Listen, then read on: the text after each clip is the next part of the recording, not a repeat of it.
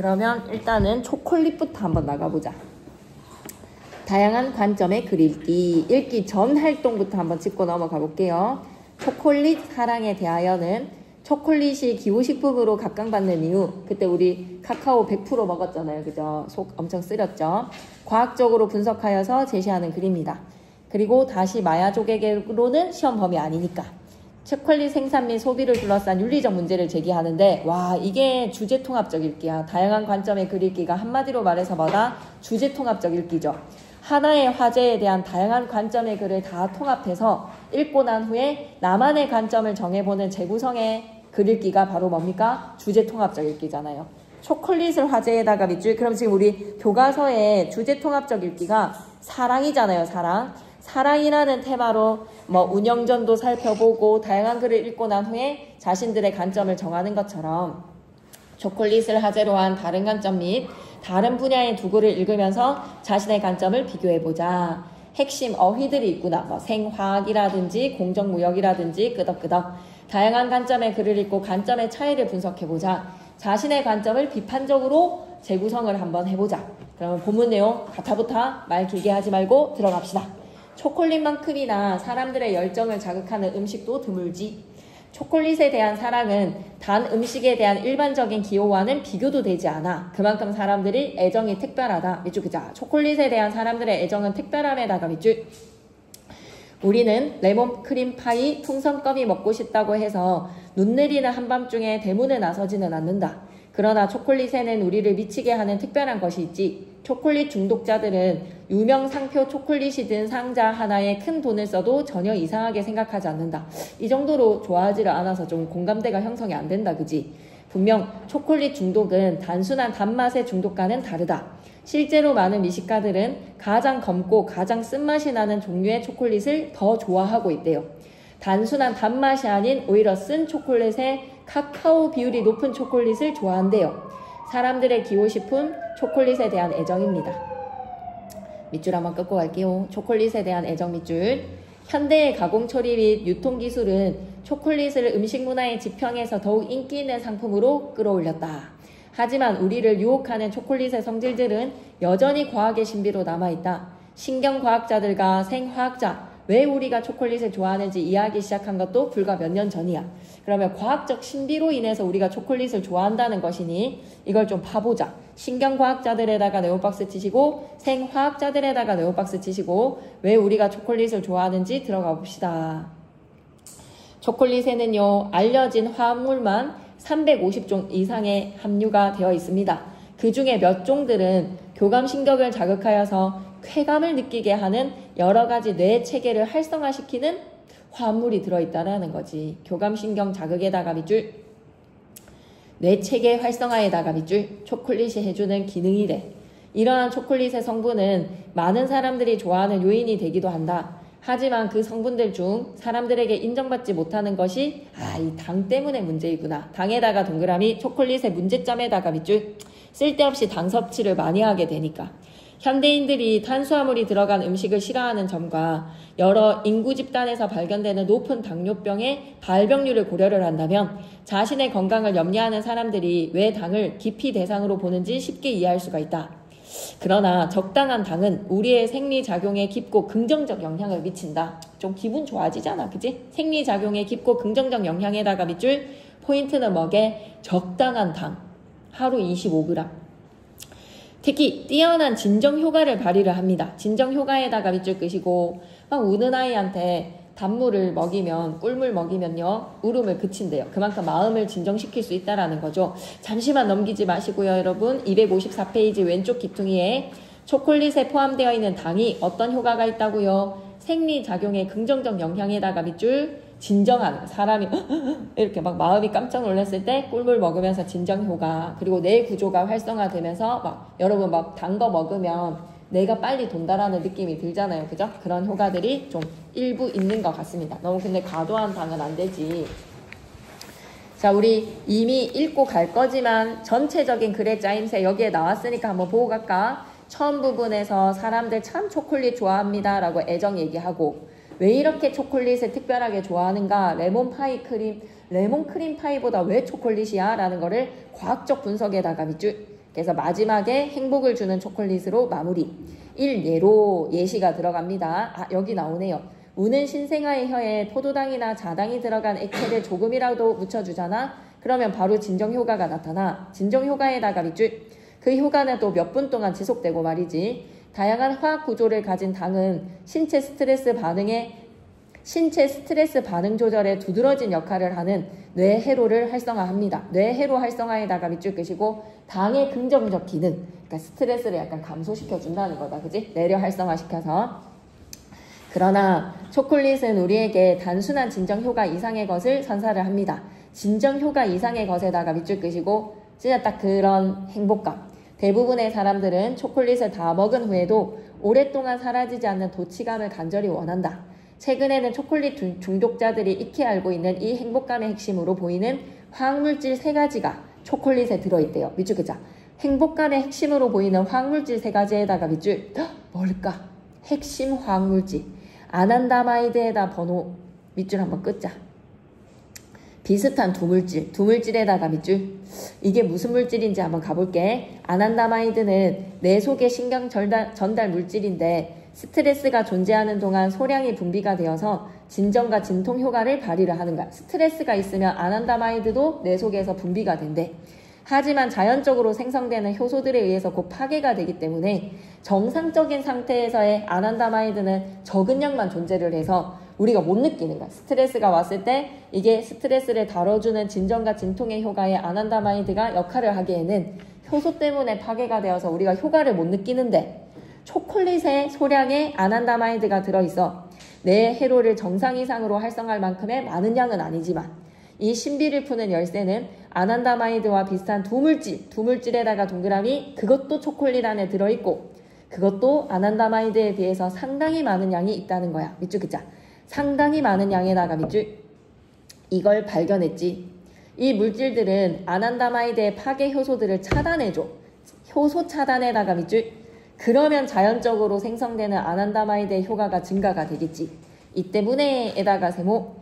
자연적으로 생성되는 아난다마이드보다 초콜릿을 통해서 섭취되는 아난다마이드가 비록 소량이라 할지라도 보통 때처럼 빨리 대사되지 않아서 오랫동안 뇌에 머물러주는 효과가 발생한다. 그 결과 인과관계지. 아난다마이드 포함한 두 물질이 있기 때문에 이 두 물질이 효소를 차단시켜줘서 오랫동안 뇌에 머물 수 있게 된다. 그 결과 우리는 초콜릿 음료 한 잔을 마시고 난 후나 초콜릿 조각을 먹고 난 후에 더없이 행복한 안정감을 경험하게 된다고요. 그러면 핵심 정리, 과학의 칼럼이었습니다. 분석과 논리적으로 초콜릿의 화학작용과 긍정적인 효과. 초콜릿의 긍정적인 기능을 과학적 원리에 기반해서 설명을 한다. 과학적 원리에다가 밑줄 끄시고 분석적 밑줄, 논리적에다가 밑줄. 자, 그럼 오른쪽 기퉁이 초콜릿을 먹고 행복감이 드는 이유는 뭘까요? 아난다마이드와 이와 비슷한 두 물질의 화학작용에 의해서 아난다마이드 플러스 두 물질이 자연적으로 발생하는 아난다마이드의 작용을 방해시키는 효소를 차단시켜줍니다. 그래서 뇌에서 오랫동안 머무르게 하더라. 아난다마이드 단어 뜻도 보고 갈까? 기분을 좋게 하는 물질을 흡입했을 때 행복감을 일으키는 대뇌 수용체랑 결합하는 물질, 아난다마이드. 자, 그러면 핵심 체크도 보고 갑시다. 뇌 속의 신경전달 물질로 진정 및 진통 효과가 있는 것이 아난다마이드. 적당한 양의 당은 인간의 신체에 긍정적인 역할을 한다. 하루 25g이래요. 많은 전문가들이 초콜릿을 당뇨병의 발병의 원인으로 지적하고 있습니까? 아니요. 당뇨병 발병의 원인은 당이지 초콜릿만으로 지적당하고 있는 건 아닙니다. 그래서 X. 칼럼이 무엇인지 한번 보시고요. 특징이 어떠한지 한번 보시고요. 256쪽 다시 마야 조개개로는 범위에 안 들어가서 패스를 하시고요. 259페이지로 가볼까요?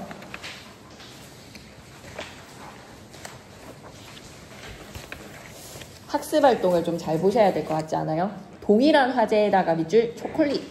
그런데 두 글을 살펴봐. 초콜릿 사랑에 대하여 다시 마야족에게로. 이걸 비판적으로 재구성을 해보면 초콜릿 사랑에 대하여서는 당의 긍정적 기능을 얘기했어. 신체의 스트레스 반응을 조절해준다. 초콜릿 속에 아난다마이드랑 그리고 나머지 두 물질이 뇌의 기능의 활성화로 행복감과 안정감을 지속시켜준다.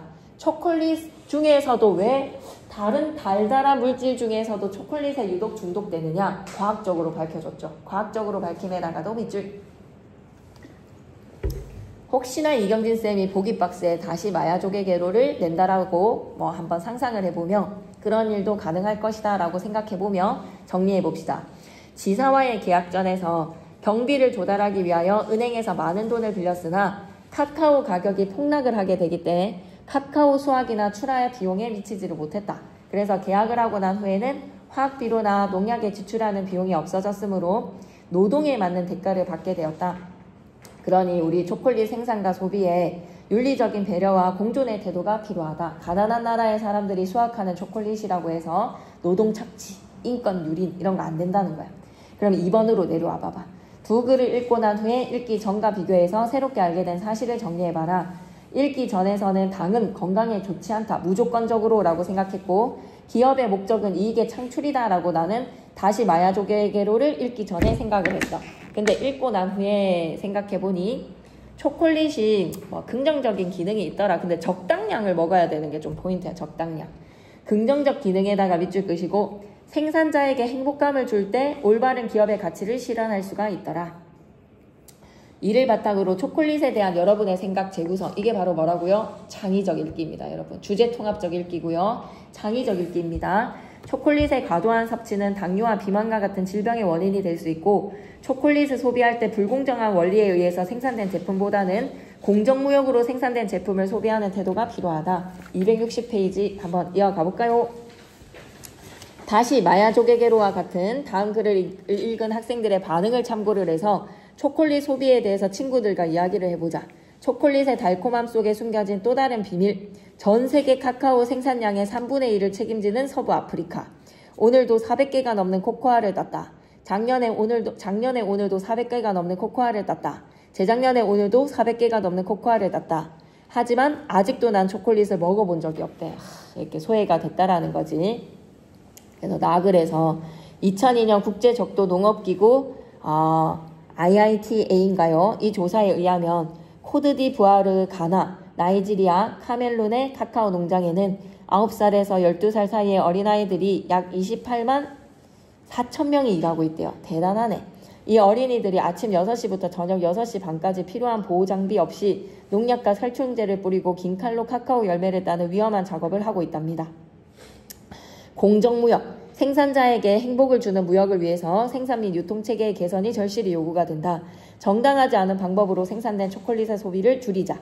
그래서 평소 내가 즐겨 먹던 초콜릿에 이러한 이야기가 숨어 있다니 정말 놀랍다.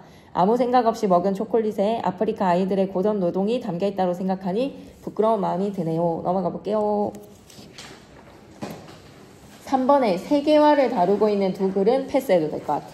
그래서 초콜릿 기억해 놓으시고 국제무역론으로 갑시다.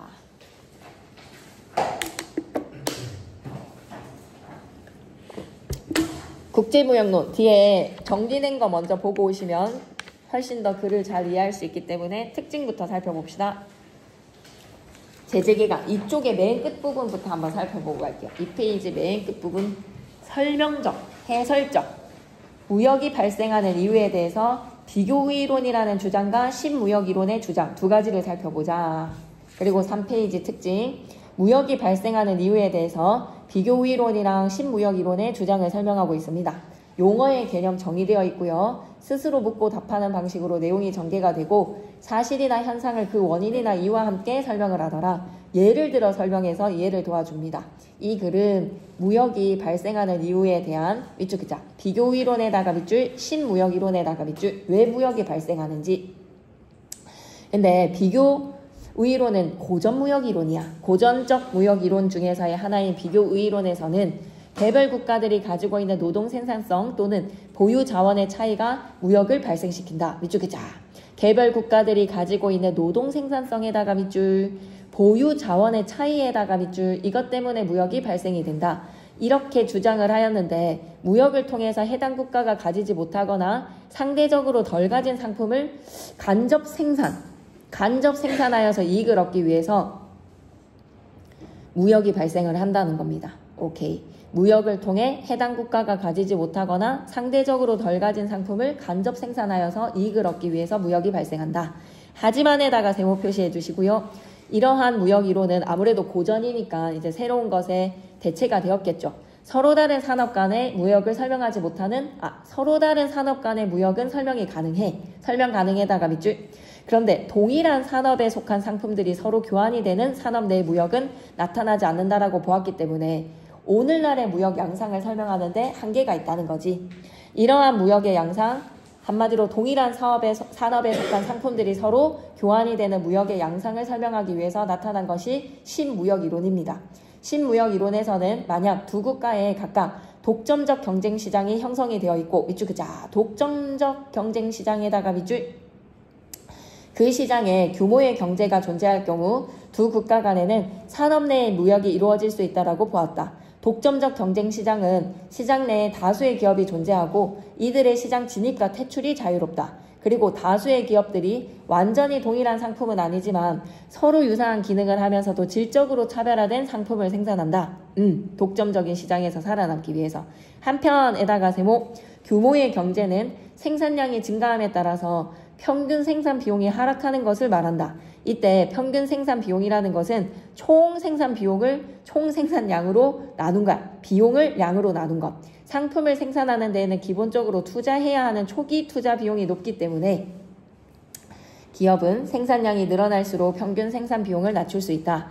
하지만 시장의 크기는 제한되어 있기 때문에 시장 내에서 기업의 수가 증가하면 각 기업의 규모의 경제 효과가 감소하게 되어서 평균 생산 비용이 증가하게 됩니다. 또한 이 경우 새로운 경쟁 기업의 진입으로 인해서 기존 기업들의 독점력은 약화가 되고 상품의 가격이 하락이 되겠지. 경쟁이 붙으니까.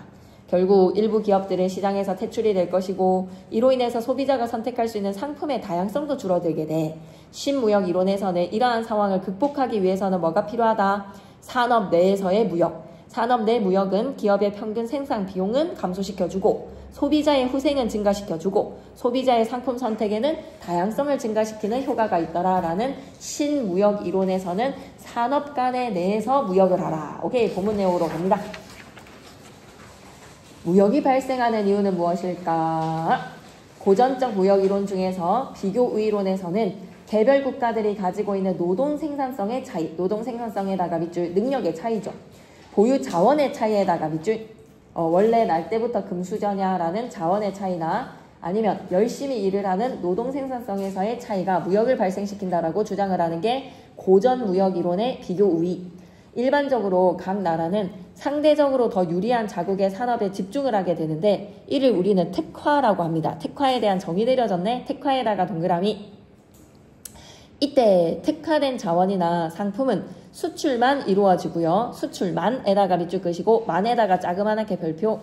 내수로 소비하지 않아. 특화된 자원이기 때문에 무조건 뭐한다? 수출하는 거야. 그러니까 아까 카카오 공장의 아이들이 초콜릿을 못 먹어봤다라고 얘기하잖아. 특화가 되어 있으니 수출을 하지. 자국이 보유하지 못한 자원이나 수입하는 것이 더 이등인 상품은 수입만 이루어집니다. 수입만에다가 또 자그마하게 별표. 특화된 거는 수출하고요. 우리나라에 없는 자원이라든지 수입하는 게 더 이득이면 기름은 어떻습니까? 우리나라의 입장에서는 수입만 이루어지지요. 따라서에다가 세모 표시해 주시고요. 이 이론에서는요, 비교 이론이요. 무역이 발생하는 이유는 무역을 통해서 해당 국가가 가지지 못하거나 상대적으로 덜 가진 상품을 간접 생산하여서 간접 생산에다가 밑줄 끄시고 이익을 얻기 위해서. 그러니까 무역이 왜 발생합니까? 라는 질문에 대한 대답이니까 자문자답에다가 밑줄. 하지만 에다가 세모. 이러한 무역 이론은 서로 다른 산업 간의 무역은 설명이 가능합니다. 서로 다른 산업 간의 무역에다가 밑줄 끄시고 밑에다가 오케이. 동일한 산업에 속한 상품들이 서로 교환되는 산업 내 무역에다가 밑줄 끄시고 나타나지 않는다라고 보았기 때문에 오늘날의 무역의 양상을 설명하는 데에는 한계가 있더라. 비교 우이론이 가지는 한계, 오늘날 무역의 양상을 설명 못하네. 산업 내에서의 무역을 설명 못하네. 오케이. 이러한 무역의 양상을 설명하기 위해서 나타난 새로운 이론, 신무역 이론 되겠습니다. 신무역 이론에다가 동그라미. 만약 두 국가에서 각각 독점적인 경쟁 시장이 형성이 되어 있고 그 시장에 규모의 경제가 존재하는 경우에 규모의 경제에다가 밑줄. 모르는 말이 나왔는데 두 국가 간에서는 산업 내 무역이 이루어질 수 있다. 산업 내 무역에다가 밑줄. 독점적인 경쟁 시장에 규모의 경제가 존재를 한다면 먼저 독점적 경쟁 시장이 뭡니까? 시장 내에 다수의 기업이 존재합니다. 다수의 기업에다가 밑줄 끄시고 러닝 상품 열풍이죠. 나이키, 아디다스, 프로펙스 이렇게 다수의 기업이 지금 난리를 치고 있어. 러닝이라는 시장에. 근데 이들의 시장 진입과 퇴출은 얼마든지 자유롭지. 나이키가 약간 좀 이제 처지고 있거든요. 그리고에다가 세모 치시고요. 다수의 기업들이 완전히 동일한 상품은 아니지만 조금씩 다른 카보나를 만들어내잖아. 유사한 기능에다가 밑줄, 질적으로 차별화에다가 밑줄, 그런 러닝화를 생산하고 있잖아. 쌤이 예를 들까 싶었는데 자동차를 가지고 예를 들어 주는군요. 예를 들어에다가 세모 치시고 자동차들은 기본적으로 기능은 다 동일해. 연료 먹고 나아가는 거. 자동차 산업에는 승용차, 트럭, 승합차 등 차별화된 상품이 존재하는 것이다. 이때에다가 세모, 소비자들은 일반적으로 특정 상품에 대한 자신의 선호를 쉽게 바꾸지 않으려는 경향이 있어. 맞아. SUV 타는 사람들은 SUV만, 승용차 타는 사람들은 딱 세단만 탄단 말이야. 해당 기업은 어느 정도의 독점적 지위를 가집니다. 어느 정도의 독점적 지위에다가 밑줄 끄시고 그런가? 전기차에서는 지금 어떤 우세하는 기업이 딱 있죠. 따라서에다가 세모, 해당 기업은 제품 가격을 결정한 권한이라는 약간 독점적 지위도 가질 수도 있는 거야. 하지만에다가 세모 치시고 다수의 경쟁 기업들이 가만히 있지는 않습니다. 존재하므로 다른 기업들의 상품들은 해당 기업의 상품에 대해서 어느 정도의 대체성도 가지고 있어. 대체성에다가 밑줄 끄시고 테슬라 넘사야 가격이. 그럼 좀 중국산의 전기차 살 수도 있는 거잖아. 따라서 해당 기업의 시장 지배력은 완전한 독점은 아닌 거야. 다수의 경쟁이 있기 때문에 밑줄 끄자. 시장 지배력은 불완전하다에다가 밑줄 끄시고 여기까지가 뭐다? 독점적 경쟁 시장을 설명해줬어. 그럼 이제 우리가 모르는 건 뭐야? 규모의 경쟁. 도통 모르겠는데 한 편에다가 세모 설명해주네. 규모의 경제란 생산량이 증가함에 따라서 평균 생산 비용이 하락을 하는 거야. 많이 공장에서 만들면 만들수록 평균으로 들어가는 돈은 다운이 된다. 그럴 수 있겠다. 그지? 이때 평균의 생산 비용이 총 생산 비용을 총 생산량으로 나누는 거야. 비용을 양으로 나누는 값. 상품을 생산하는 데에는 기본적으로 투자를 해야 하는 초기 투자 비용은 공장에서 아이오닉을 찍어내기 위해서 그 벨트를 만드는데 엄청난 비용이 들겠죠. 기업은 생산량이 늘어나면 늘어날수록 근데 아이오닉이 대박을 터뜨렸어. 그럼 어쨌든 초기 투자 비용이 이제 더 이상 들지 않으니 평균의 생산 비용을 낮출 수 있고 이윤을 남기는 겁니다. 하지만에다가 세모 치시고 시장의 크기가 그래도 제한이 되어 있잖아요. 사람들이 매일매일 자동차를 바꾸는 상품은 아니잖아요. 시장 내에서 기업의 수가 또 증가를 하면 각 기업의 규모의 경제 효과는 감소를 합니다. 경쟁의 다수의 기업들이 전기차를 만들고 나면 각 기업의 규모의 경제 효과는 당연히 감소를 하게 되죠. 파란색 글씨 한번 읽고 가겠습니다. 크기가 제한된 시장 내에서 기업의 수가 증가하면 각 기업의 생산량이 감소하게 되므로 평균의 생산 비용이 증가를 하더라. 그림은 규모의 경제가 존재하는 독점적 경제시장을 가정을 해보자. 독점적 경쟁시장에다가 동그라미, 동일 산업 내에 존재하는 기업의 수는 어떻게 결정되고 그렇게 결정된 기업의 수를 통해 상품의 가격 및 생산량이 어떻게 정해지는지를 보여주는 도표라는 거죠. 그림이라는 거지. 한번 그림을 이해해야 되겠다. 그림의 X축은 뭐라고 생각하자. 전기차를 생산하는 데 있어서 기업이 몇 개의 브랜드로 현대랑 기아랑 지금 중국의 브랜드 그리고 테슬라 이 정도가 되겠지. 그리고 기업의 수랑 상품의 수, 자동차의 전기차 생산 수를 생각해 봐봐. Y축은 생산의 비용 혹은 상품의 가격을 나타냅니다. 또한 CC 곡선 찾으셨나요? 직선.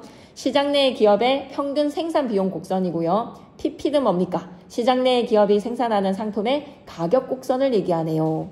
이때 두 곡선이 교차하는 지점에 여기가 바로 균형점이 형성이 되고요. 이때 균형 기업의 순이 딱 좋게 돌아가는 균형 기업의 수가 N1이라고 할 수가 있더라. 그런데 시장의 크기가 정해져 있다는 것은 어떤 산업의 총 수요량은 일정하다는 거야. 더 이상 이제 팔리지가 않는 일정한 양이 있다는 거야. 수요량에서.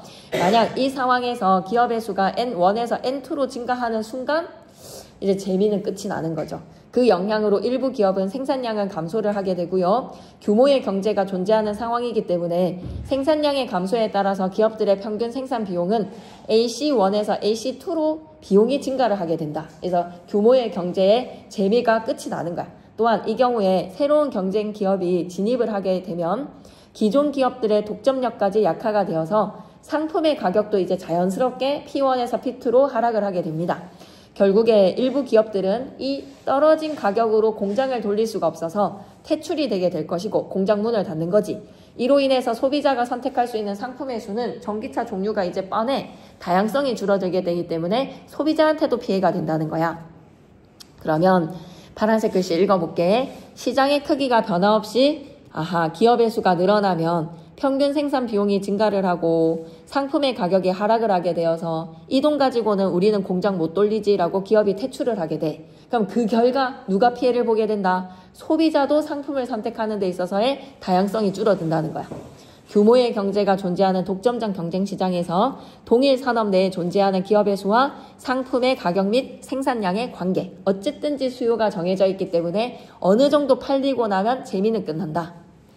신무역 이론에서는 이러한 상황, 소비자가 다양성의 선택도 줄어들고 기업도 퇴출이 되는 이러한 상황을 극복하기 위해서 필요한 것이 바로 뭐를 해라? 밑줄 끄자. 산업 내 무역에다가 밑줄 끄시고 파란색 글씨 좀 먼저 읽고 갈게요. 신무역 이론에서 주장하는 무역이 발생하는 이유, 재미가 없어지는 거야. 시장의 크기에는 변화가 없고 기업의 수가 늘어난다면 평균 생산 비용은 증가를 하게 되고 상품 가격은 하락을 하게 되어서 일부 기업은 퇴출을 하게 되고 이로 인해 소비자가 선택할 수 있는 상품의 다양성이 줄어들게 되는 상황 말이야. 이거를 해결하기 위해서 무역이 생긴다. 먼저 기업의 입장에서 보자. 이전에는 시장의 크기가 제한되어 있어서 규모의 경제 효과를 제대로 살릴 수가 없었지만 무역이 이루어지면서 시장의 크기가 확대되어서 생산량 증가에 따른 평균 생산 비용의 감소 효과를 얻어서 재미가 좋았어. 시장의 크기가 확대. 시장의 크기가 확대된다는 것은 수요가 늘어나는 거야. 사람들이 너도 나도 이제 기름을 태우는 엔진 필요 없이 전기로 가는 차를 대체해보자. 단기간에 한 국가의 인구가 급격하게 증가하는 경우라든지 국가의 총수요량이 증가를 하겠지 시장이 확대되는 것과 비슷한 결과를 가져올 수 있겠구나. 그렇게 기업의 입장에서 보면 이전에 시장의 크기가 제한되어 있어서 규모의 경제 효과를 제대로 살릴 수 없었지만 무역이 이루어지게 되면 시장의 크기가 확대가 되어서 뭐가 재미가 생산량 증가에 따른 평균 생산 비용의 감소 효과를 얻게 되는 것이다. 그런데 소비자의 입장에서 보면 무역을 통해서 경쟁 기업이 증가함으로써 상품 가격은 하락을 하게 됐고 그리고 소비자의 후생이 증가를 하게 된다. 소비자 후생 증가에다가 밑줄 상품의 다양성까지. 또한 기존 국내 기업의 상품뿐만 아니라 외국 기업이 생산한 상품도 이용할 수 있게 되어서 상품 선택의 다양성까지 증가를 하게 되니 산업 내에서의 뭐가 필요하다고? 산업 내에서의 무역이 좀 필요하다는 거야. 오케이. 그래서 무역이 발생하는 이유에 대한 신무역 이론의 주장과 산업 내 무역이 기업과 소비자에게 끼치는 영향 살펴봤으니 바로 문제 풀어보시는 거 추천합니다. 이제 총정리 한번 쭉 살펴볼게요. 지문들 읽는 것보다 선생님이 주신 프린트에 이런 게 있었네 라는 거 같이 한번 살펴보면서 넘어갈게요.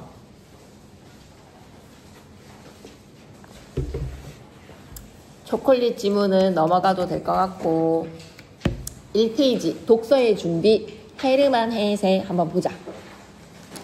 독서에 대하여 기출의 문제 많으니까 이제 다 공부하고 난 후에 기출 한번 쭉 훑어보시면 되겠습니다. 독서의 목적이나 글의 가치를 고려해서 좋은 글을 선택하여 읽을 수가 있더라. 이런 퀴즈 같은 거는 여러분이 해놓으시면 되겠는데 딱 오지선다형으로도 좀 적절하니까 잘 보시면 되지 않겠나라는 생각이 들어요. 그리고 두 번째, 독서의 준비의 내용을 떠올리면서 빈칸에 알맞은 단어 써보자. 이것도 뭐 본문 내용 정리니까 같이 말로만 하면서 지나가겠습니다. 독서의 목적에 따른 읽기의 방법. 첫 번째, 학업에 도움을 얻기 위한 목적이라면 나에게 필요한 분야의 지식을 잘 정리한 분야의 책을 찾아서 정독해줘야 돼. 학업에 도움이 되기 위해서는 정독, 학교 프린트입니다. 없으면 귀로 들으셔도 돼요. 학업에 도움을 받기 위해서는 정독해라. 교양을 쌓기 위해서라고 하면 교양에 해당하는 책을 읽을 만한 책을 찾으시면 되겠고요. 문제 해결을 위해서라면 이라고 하면 문제 분석해서 해결책 찾으면 됩니다. 그리고 여가를 보내거나 다른 사람과의 원만한 관계를 유지하기 위해서는 흥미와 관심, 사람들의 공통적인 관심사를 생각하면서 책을 찾아라. 이거는 좀 시험에 나오겠지. 수업 시간에 본문 내용이라서 귀로 들으셔도 됩니다. 독사 아니면 뭐 자습서 펼쳐서 보셔도 되고요. 독사의 잘못된 사례, 이거는 좀 시험에 나와야 되겠지. 밀러 씨는 있잖아. 너무 과대평가하고 있어. 책이라는 것은 나에게 교양이라는 것에 무식함을 채워주는 것이다. 책의 좋고 나쁨은 따지지 않고 무조건 책이라는 것을 고상한 것이라고 여기고 있는 밀러 씨. 너무 독사에 대해서 과대평가하고 있군요. 마일러 씨는요, 심심풀이 땅콩으로 책을 읽는다. 재미의 목적으로 무료한 시간을 달리기 위해서 책을 읽는다라는 마이어 씨는요, 너무 독사에 대해서 과소평가하고 있어요. 그래서 글쓴이는 좀 주체성 좀 가져라. 주먹구구식의 독서를 하지 마라. 책에 대한 뚜렷한 자기주장 없이 수동적이고 어영부영한 태도로 읽어서는 안 된다. 그래서 밀러 씨의 과대평가도 문제, 마이어 씨의 가소평가도 문제. 이건 시험에 나올 겁니다. 밀러랑 마일러 씨의 태도에 대한 비판.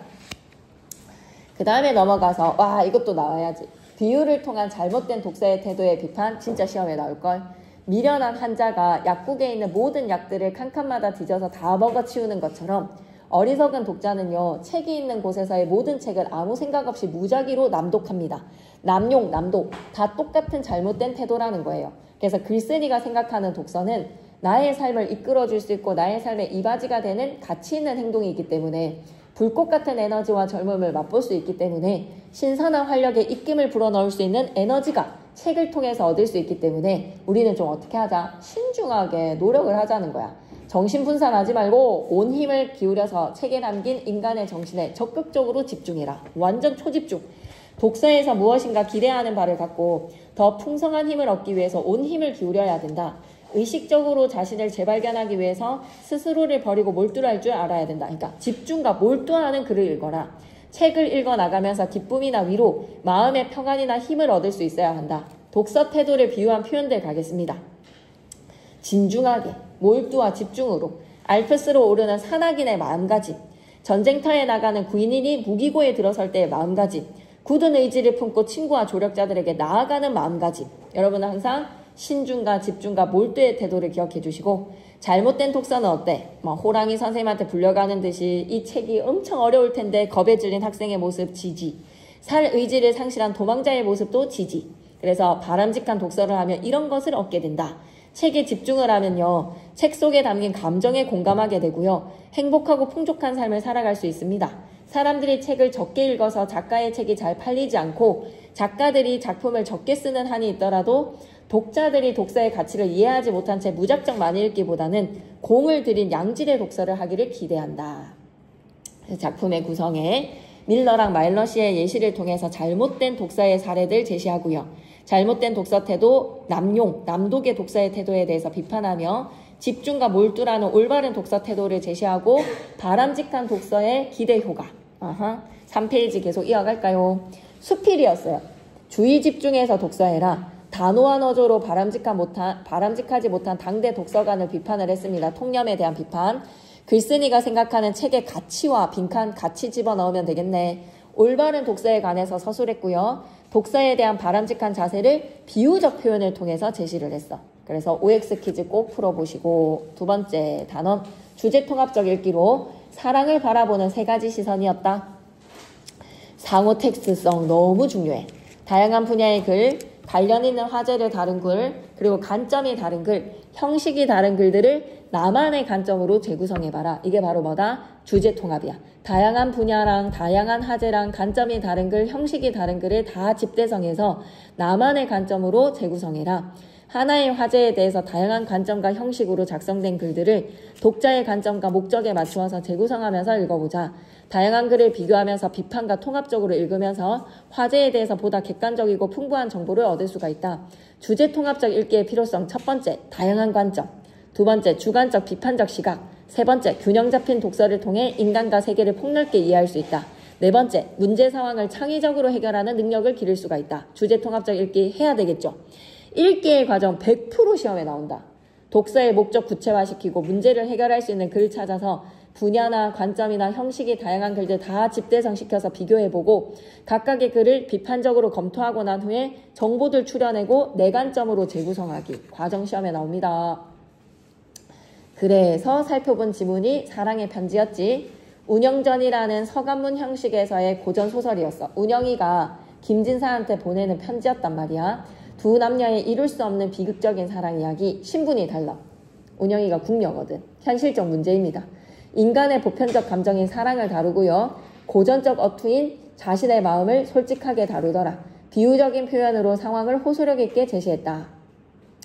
글의 짜임새, 김진사가 운영이한테 쓰는 편지, 처음 만났을 때 회상하고 이별해서 고통스럽고 운영이랑 재회하기를 바라는 간절한 소망. 운영이가 김진사한테 처음 만났을 때 회상하고 역시 이별의 고통 호소하고 기대하지만 이전에 죽지 않을까 하는 근심. 3페이지 갑니다. 사랑의 역사, 통시적으로 살펴봤죠. 낭만적 사랑에 대한 관념으로 사랑이라는 관념이 어떻게 변화되어 왔는지 시대의 변화에 따라서 살펴봤다. 남녀의 관점의 차이 동상이몽이었다는 말 기억나? 남자는 결혼을 하고 나면 누나 같은, 하지만 여자는 늘 백마탄 왕자님의 사랑을.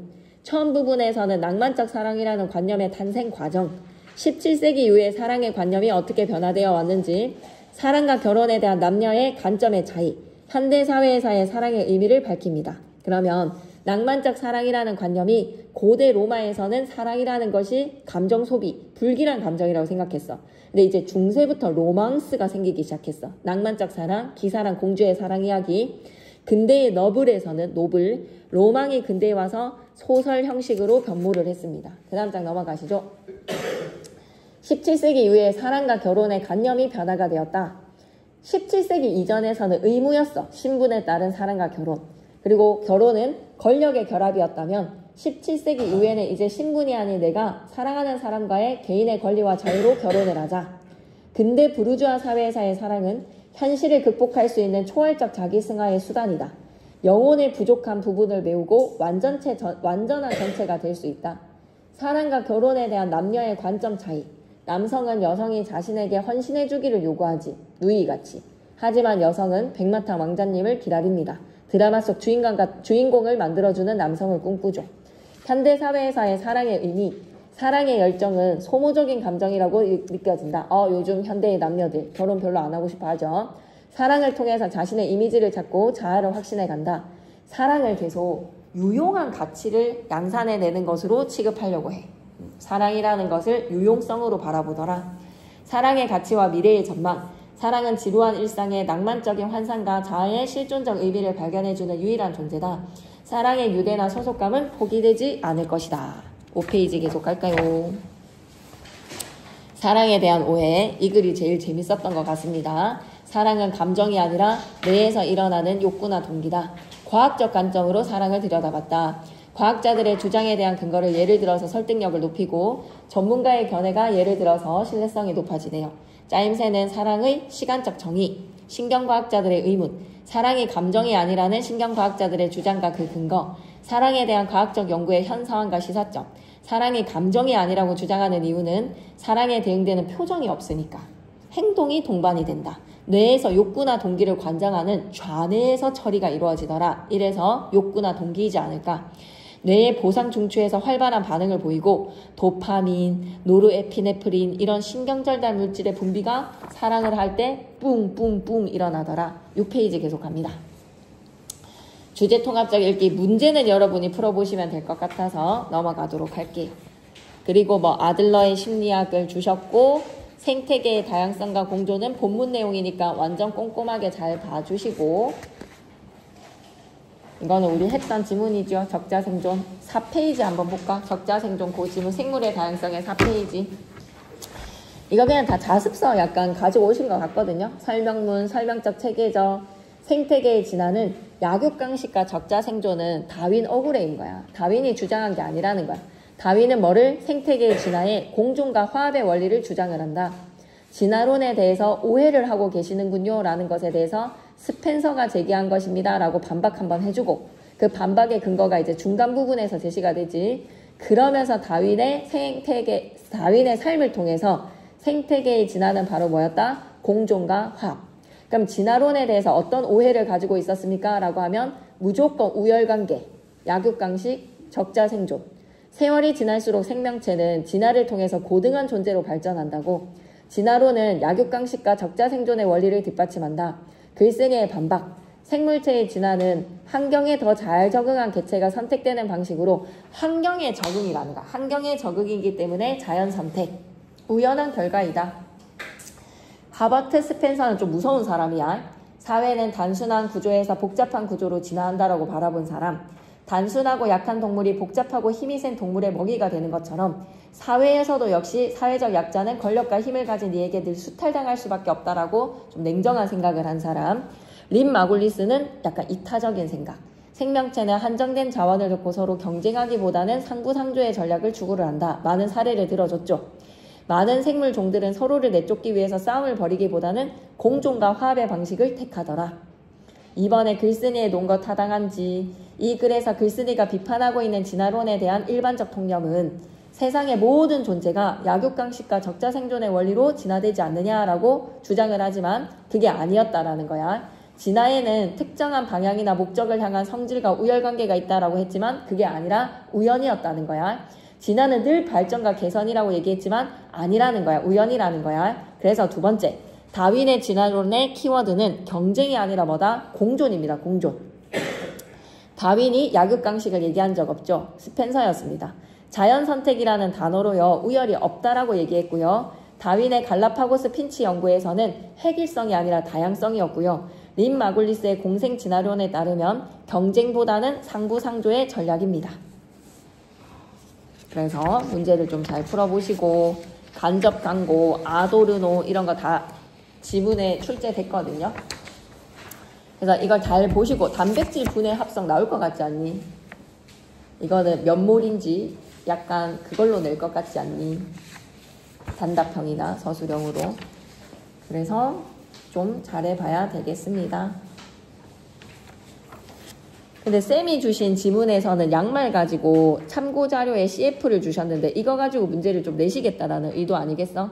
근데 요거 문제 있으니까 문제 풀어보시면서 이제 질문 정리를 하고 다음 주 토요일엔 쌤은 여기 내내 있을 생각이거든요. 그래서 질문을 좀 정리를 해서 토요일날 해놓읍시다. 그리고 시험 전날 일요일에는 쌤이 부곡동에서 수업을 진행을 해야 되는 상황이라 오전에 올 수 있다면 오전에 와서 질문하는 거는 쌤이 한번 시간을 잡을 수가 있을 것 같은데 안 될 것 같아. 그래서 시험 전날은 안 될 것 같아서 태영쌤한테 부탁을 할 테니까 태영쌤이랑 같이 할 수 있으면 태영쌤 아마 여기 오랫동안 일요일에 조금 애매할 것 같아요. 그래서 일단 토요일날 우리는 다 해볼 수 있게 금토에 시간을 좀 알차게 써서 문제를 잘 푸시고 토요일은 쌤이 하루 종일 있을 예정입니다. 오전부터도 가능하니까 토요일날 모든 것을 정리할 수 있게 국어를 미리 토요일날 좀 공부의 순서를 우선순위로 좀 잡아주세요.